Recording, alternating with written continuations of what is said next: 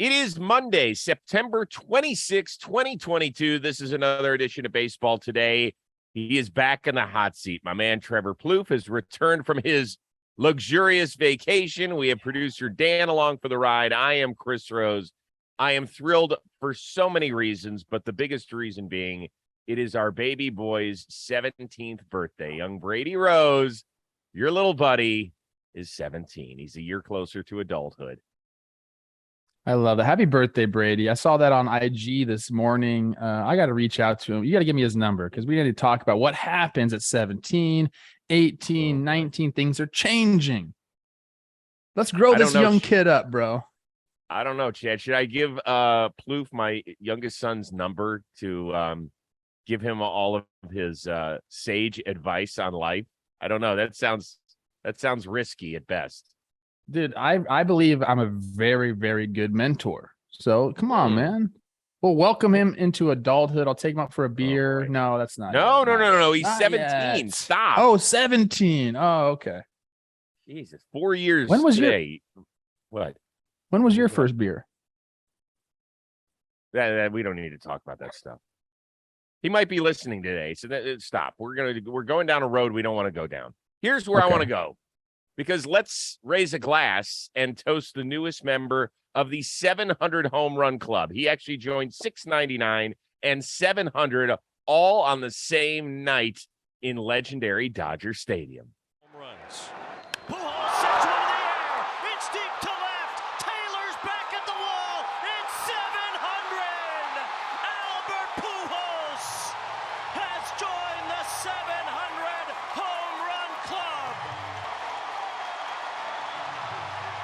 When it's really going to hit me when I'm done at the end of the season and I'm retired, and probably a month or two after that, like I can look at the numbers and, don't get me wrong, I know where my place is stand in this game.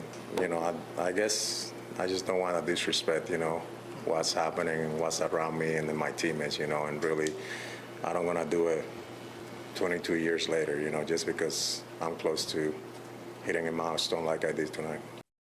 When you saw it happen or saw the video of it because you were out camping, did you get like a little nostalgic and say, wow, this might be the last time I get to see somebody join this elite company?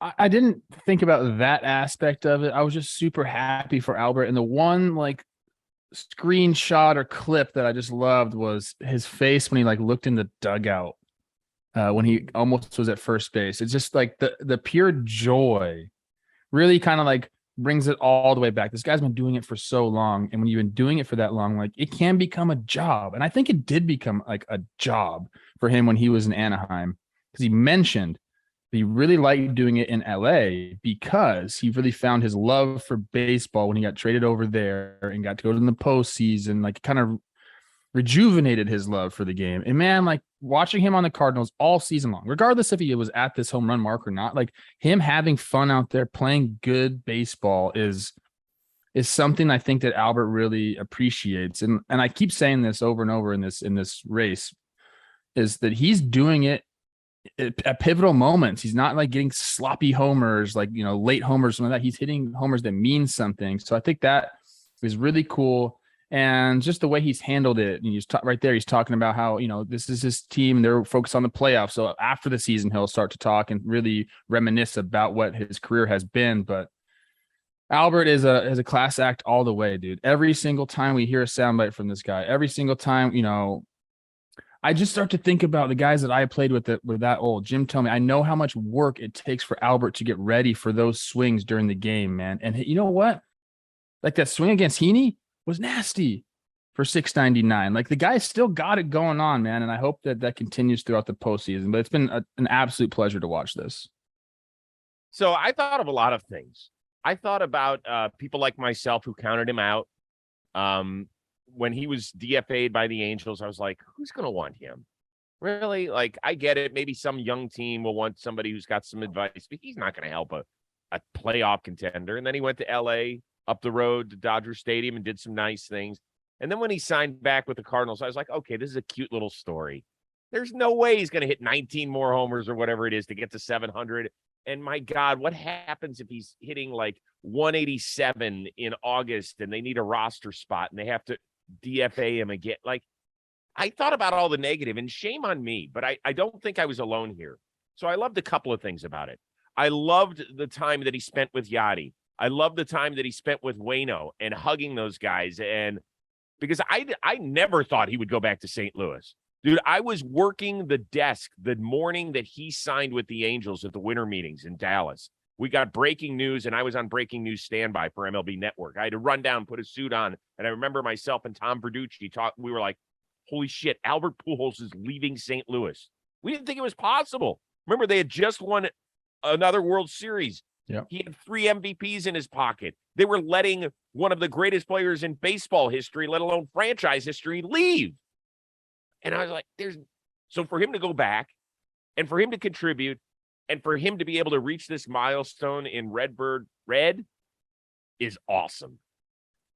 It is awesome. And I was one of those people too. I think at the time we were saying when he got designated by the Angels, I think I said, hey, this guy needs to go to a young team like the Baltimore Orioles is who I said. Exactly. And he can help them, like almost be a de facto hitting coach.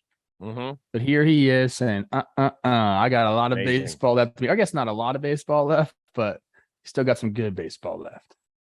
Hey, real quickly. So the person who caught number 700 had the ball authenticated and left the yard. And Albert did not make a big deal about it. He was like, listen, souvenirs are for the fans. Like, if I get it back, great. If I don't, I'm fine with that too. He seems to be at peace. It sounds like the Cardinals and Major League Baseball have reached out to this person, and the person's hanging on to it, and that is their choice. This is a milestone home run. We're talking about could be major 6 figures. You don't have any problem with the way this is played out, or do you? I don't, and I've said this before. I mean, and there are cases, Supreme Court cases, that talk about what happens when a ball leaves the bat. I mean, it is the property of whoever catches it. I went into a rabbit hole about this Popov versus Hayashi thing. That was Bonds' 73rd home run. Go check out that story. These guys actually end up splitting ownership of the baseball. Right. I think, Chris, it's better off with a fan and like let him, like this could be life-changing money for somebody. Okay. Could be. And like Pujols, like he's got a lot of memorabilia and a lot of stuff. I don't think he needs a 700 baseball. Would he like it? Sure. With a Hall of Fame like it? Sure. But I think like for the most people in those stands, like it's the life-changing money will mean more to them than the ball will to Pujols. Pujols has a million other memories about this. And in my experience, these things, they're nice to have, but they don't mean everything. It's more about like the moment and all that together. I don't think Albert's like clamoring for this 700 ball to put on his trophy case so we can look at it every single day. I just don't think that's the case. So I don't have any problem with this guy doing what he's doing. Okay. Interesting. So we move from the world of personal accomplishment to team goals, which is really what it's all about over the 162. Playoff spots are filling up rapidly, including my Cleveland Guardians.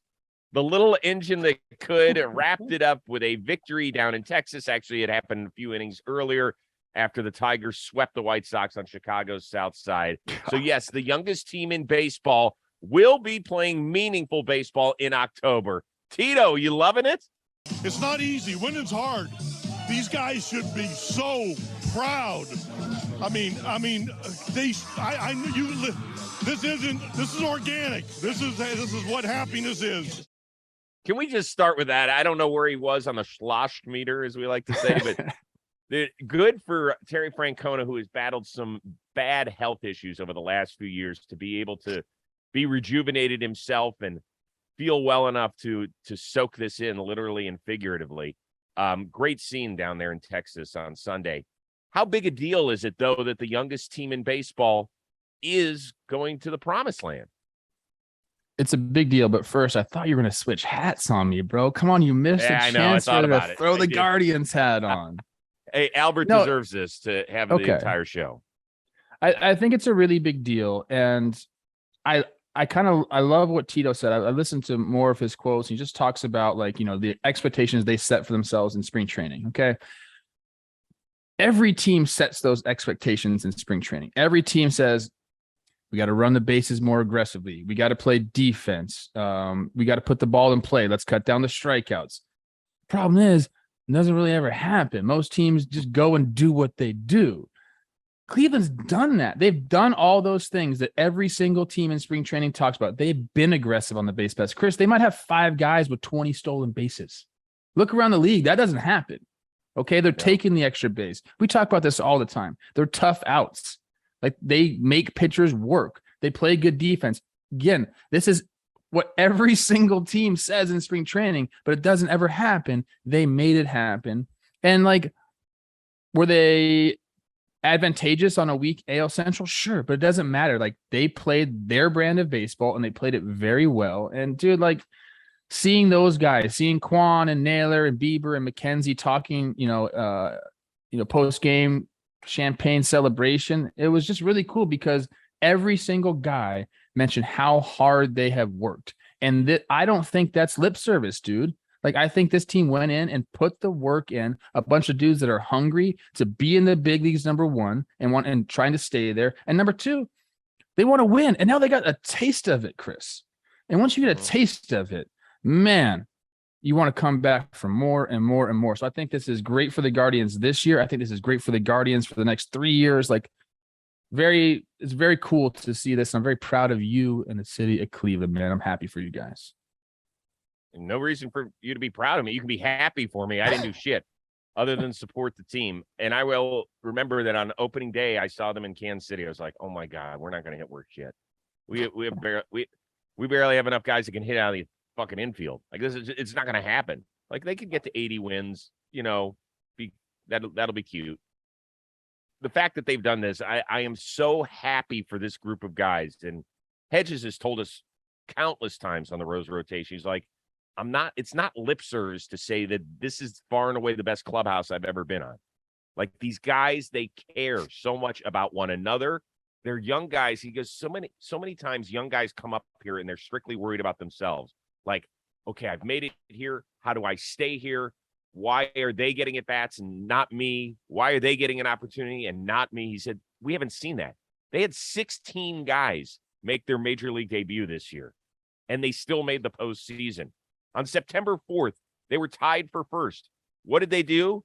While the veteran White Sox and the veteran Twins were dealing with injuries and inconsistency and lousy play and et cetera, they ripped off 18 out of 21 games. Stacked wins. They didn't bitch about anything. They heard people laugh about, oh, the AL Central sucks. They didn't go out and pick which division they wanted to be a part of this year. Just, that's the way it goes. Sometimes you win 90 games, you don't make the playoffs. Sometimes you win 88, you do. Hey, that's it. Good for them. They are just the 7th team in baseball history to be the youngest club and make the playoffs. Last time it happened was the 86 Mets, and I'm not going to tell you how that story finished. Figure it out yourself. I think I know. I think having 16 dudes make their debut worked in all of their favors. Because like you said, sometimes when you come up as a rookie, like, you are trying to establish yourself. You're not going to play selfish baseball, but it's different, man. Like, you're kind of like, you're fighting for yourself. But when you have a bunch of guys doing it together, I mean, you could take the mentality that, a rising tide raises all ships. Like, let's go win baseball games and we're all going to be good because of it. And I think that that's kind of the mentality they took. They kind of leaned on each other. Hey, this is a scary thing, but if a bunch of us are making their debuts, or, some of us are first, second year guys, like, let's lean on each other. Yes, we have some veterans here that can help us out too, but I think really having that, like, the common theme of being young together, I think worked great for them. And they used, like, all that talk about how they're not really supposed to be here, bad division, whatever. I think they used that talk for a little bit of motivation, dude. And here they are, popping champagne, dude. I love it. It's so cool. Yeah, it's great story. And more teams will be celebrating over the next 9 days or so as we continue to see more champagne dreams. 2 teams that we knew were going to be playing in October have some interesting pitching decisions coming up. I know this is baseball today, but it's okay if you love football too. I surely do. We're 3 weeks into the season and things have started to kick off. Teams are breaking down film. They're getting ready for their next game. And while the teams are working on their game plan, DraftKings Sportsbook, an official sports betting partner of the NFL, is drawing up a winning play for all of their new customers. All you got to do is sign up, use promo code JOHNBOY. You bet $5 on any team to win before the game kicks off, and you're going to receive an additional $200 in free bets if your team wins. We're talking free bets. $5 to win $200. That's all you got to do is download the DraftKings Sportsbook app now. New customers use promo code JOHNBOY and receive $200 in free bets if their team wins after placing a $5 pre-game wager. That's promo code JOHNBOY only at DraftKings Sportsbook. The Dodgers, they clinched home field advantage throughout the National League playoffs. But the other big news, Dustin May goes to the injured list. He's got a bad back. And then they announced on Friday that Craig Kimbrell has been removed from the closer's role. Meanwhile, in Atlanta, Spencer Strider, who has just been filthy all season long, went on the injured list with an oblique. Now, both the Dodgers and Braves think that May and Strider are going to be okay for the postseason. Those are tricky situations, though. So which pitching moves were a bigger deal? The ones in LA or the one in Atlanta? This is the question. It's a tough question. This is the one you got me on. Okay. Because for the Dodgers, May is some, depth and a very good depth to have. They needed him here. I don't think the Kimbrel move is that big of a deal. They have plenty of options down there. Like, do you want to have a set closer as you go into the playoffs? Sure. But, they have a bunch of guys. Evan Phillips has been great. Gratterall can do it. They brought over Martin, Vesey. I mean, there's a ton of options there. If they wanted to go closer by committee or ride the hot hand, I think they could do it. The Strider news for Atlanta is troubling because he felt it at the end of his last start, and then it picked up again in like a side session. And we talk about obliques all the time because they happen all the time here. You got to rest it. And I think this is what I think is going to happen, Chris. I think they're going to rest him here, and then they're going to try to ramp him up to be ready for the postseason. But that's really scary. And it's not something that you can say hey, dude, let's bump you to the bullpen and decrease your workload. That doesn't matter. It's the intensity of the pitches. I think if he was in the bullpen, it might even be worse. So they have to figure this out, man, because of one of their strong suits that Atlanta has is the ability to run out Fried, Wright, Morton, Strider, and have 4 legit starters there. Take one of those away, and 3 is good, but I think 4 is better. To answer your question, I think this Strider news hits harder than what the Dodgers are dealing with. Yeah, with Atlanta, they're hoping that they could actually follow in Max Scherzer's cleats, right, where they rest him for a couple weeks and he comes back. And it makes it even more important that they get the bye now, right? Yes, I mean, 100%. Hugely important because now if they have to go that weekend of that Friday, Saturday, Sunday right out the gate, I mean, every extra day would help. But I will say this. I think the Dodger news is bigger.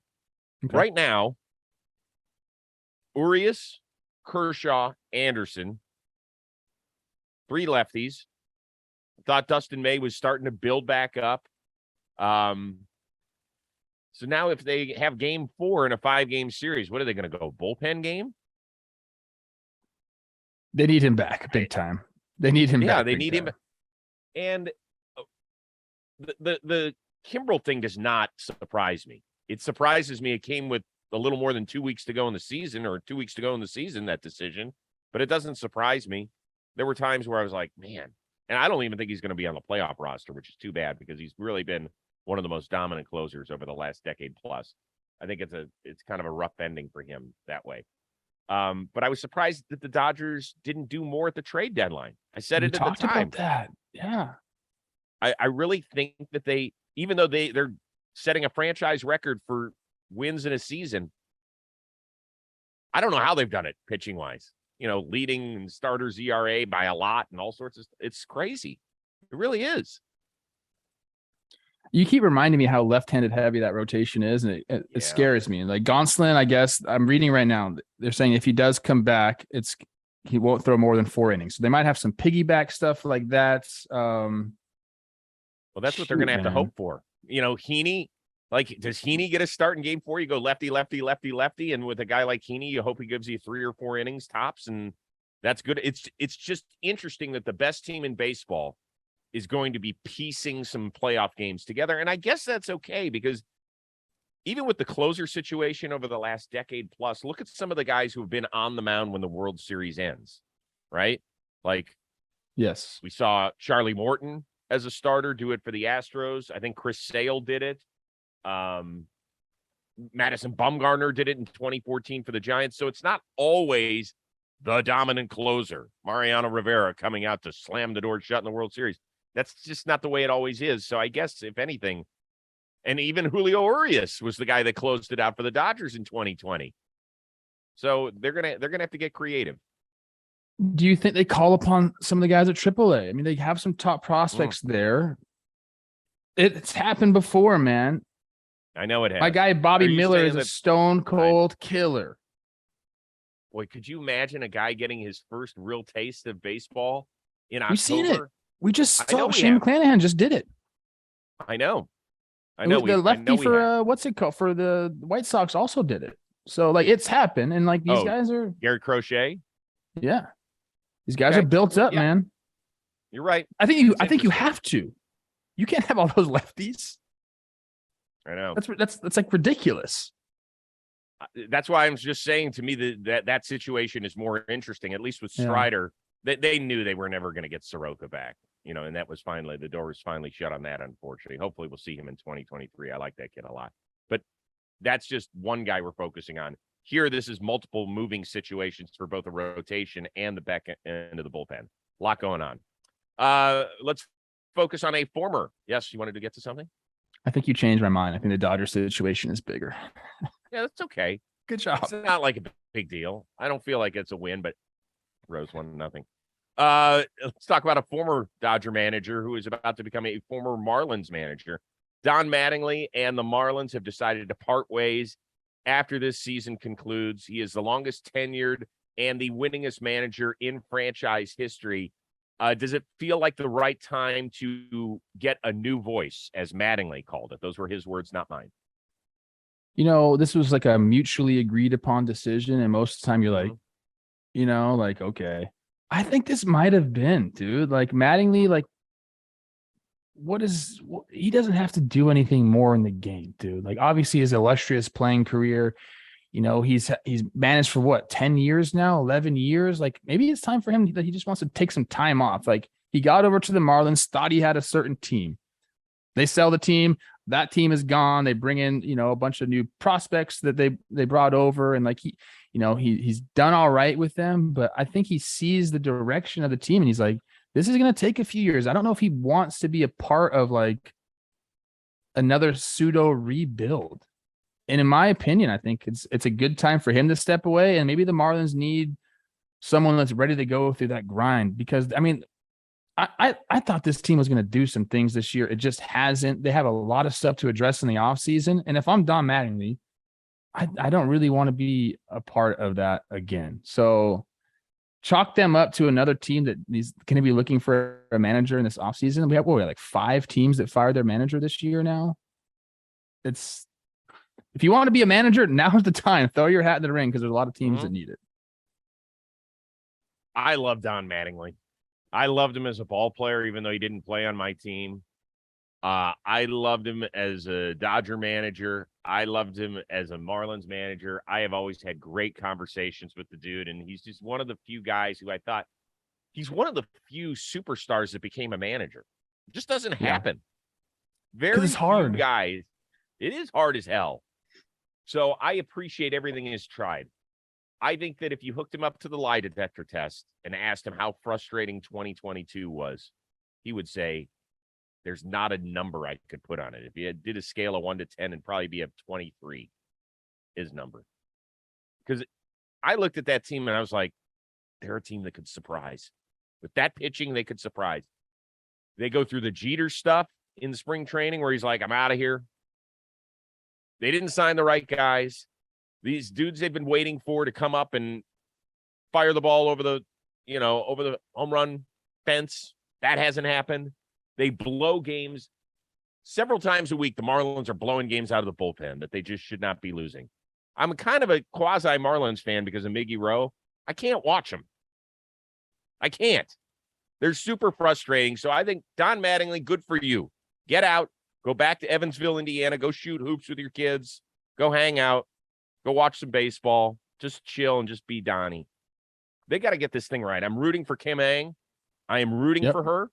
I want to see them get it right because it feels like that community could embrace this team. They've got some fun guys down there, but shit, let's go. I've had enough. They have fucking 3 players in the top 100. 2 of them are pitchers. One's having Tommy John. They have 1 position player in the top 100 prospects. All I keep hearing is the Marlins farm system. We're turning the corner. Stop. Jesus. Now you're getting rid of one of the really good dudes in baseball, and I'm pissed off about it. Yeah, farm systems don't make your big league roster. They're supposed to help supplement your big league roster. You know what I mean? Like, so I agree. Good for Donnie. Come on, Chris Rose's rotation. Yeah. Little parting interview. You guys can talk about everything. Talk about Evansville, Indiana, because I know the Purple something. Who's the Purple college Aces. out there? Purple Aces. Mm-hmm. Yeah. Okay. Yeah. Evansville. Jamie Carroll's from Indiana too. Oh yeah. Great guy, Jamie Carroll. I love him. The Purple Aces. I don't remember if they still do it, but their basketball team, like in the 80s, they used to wear sleeves. Every basketball team doesn't have sleeves. They used to wear sleeves. I was like, why is that team wearing sleeves? That was their thing. The Purple Aces, they used to wear sleeves. It's interesting. Yeah, okay. It was a weird look. All these weird things. I like that. Yeah, this is it. I know about sports. And if you ask me anything outside of the realm of sports, I'm a moron. I'm actually dumb when it comes to sports, too, but that's just because my opinions suck. All right. Crazy game yesterday in Kansas City. The Royals put up an 11 spot, I think, in the 7th inning to come back and upend Seattle, who's had all sorts of issues. But even the game started strangely. Robbie Ray and Luke Weaver, pitchers on each team. They used to be teammates out in Arizona. They did the little after the national anthem standoff, right, where they still have their hat over their heart and looking at each other and playing it straight face and whole. The umpiring crew's like, guys, we got to start. And so Adrian Johnson, the home plate umpire, is like, screw it. Y'all are out of here. Y'all get out. They got ejected. And Weaver said, you know what? I knew I lost the standoff against Robbie Ray, but I didn't know until somebody told me that I'd been ejected. And he felt bad because he could have used him out of the bullpen. Mike Matheny said that wasn't that big a deal. But do you have a problem? Like, did this thing go too far, or should the umpires have handled it differently, or what? I loved everything about it. And thank goodness the Royals came back and stole the game, because Weaver, you can't be getting beat on your own turf like that. You let Robbie Ray outstand you. You got to stay there no matter what. That's just how it goes, man. So I think this is one of my favorite pregame things. I like the standoff a lot. I'm happy that Robbie stood his ground, man, because it is. I've had some guys do it. I've asked them about it afterwards, and they said, this is the most nervous I've ever been standing out there. You feel like you're on an island. Everybody's watching you, and you can't move. So I don't know. Shout out Robbie. I know, and you know what? The umpires, I love that they threw him out. It makes it even better. Get out of here. Get out of here. And you know what? If I got tossed, you just stay there until they physically remove you from the field. Oh God, that would have been great. I wish I would. I'm mad I never did this. I think I would have done really well. Oh, you would have done great. Stood there. I don't give a shit. I don't know. I think it's kind of run its course, but this one, I guess, kind of saved it a little bit. It was fine. It's annoying when you watch it, but the end is always good. The end is always good when someone wins and someone loses. Yeah. Okay. Good point. What do you have coming up on John Boy Media? I'm firing back, talking baseball. Monday recap episode. Me and Jake and BBD will be taking over doing it. And dude, playoffs are here basically. Got a few races left, a few seedings left to figure out, but it's about to get hot in the streets. Chris, what do you got? Rose Rotation, latest episode is out with a guy who's had a very, very good season out of Houston's bullpen, Ryan Stanek. Funny dude. He's got a good attitude about life. Interesting stuff coming out of his mouth. We talked a little bit about joining a team that had the cheating scandal hanging over their head. That clip is already out. I love the origins of his name. It's not Ryan Stanek. It's Ryan Stanek. Yeah. We covered that. He's a St. Louis dude. So we talked about what it would be like to have the opportunity to pitch to Albert Pujols with 700 on the line. He said, because really facing him early in his career, he was like, holy shit, I cannot believe this is my hero I get to face. That's pretty awesome that he got a chance to do that. And so we talked about all that. Good stuff. Plus a few special surprises coming up later in the week. Okay. Save that for later. Okay? Okay. It's good to have you back, my man. We appreciate Jerry Blevins and Steve Berthume filling in for you last week. But, this is the show. We love it. Yeah. Let's get fine-tuned for the playoffs, okay? I am fine-tuned, baby. All right, good. For our outstanding one-of-a-kind producer, Dan Rourke, who has been compared to Michael Jordan on YouTube channels, and Trevor Plouffe. I am Chris Rose. We'll see you Tuesday on Baseball Today.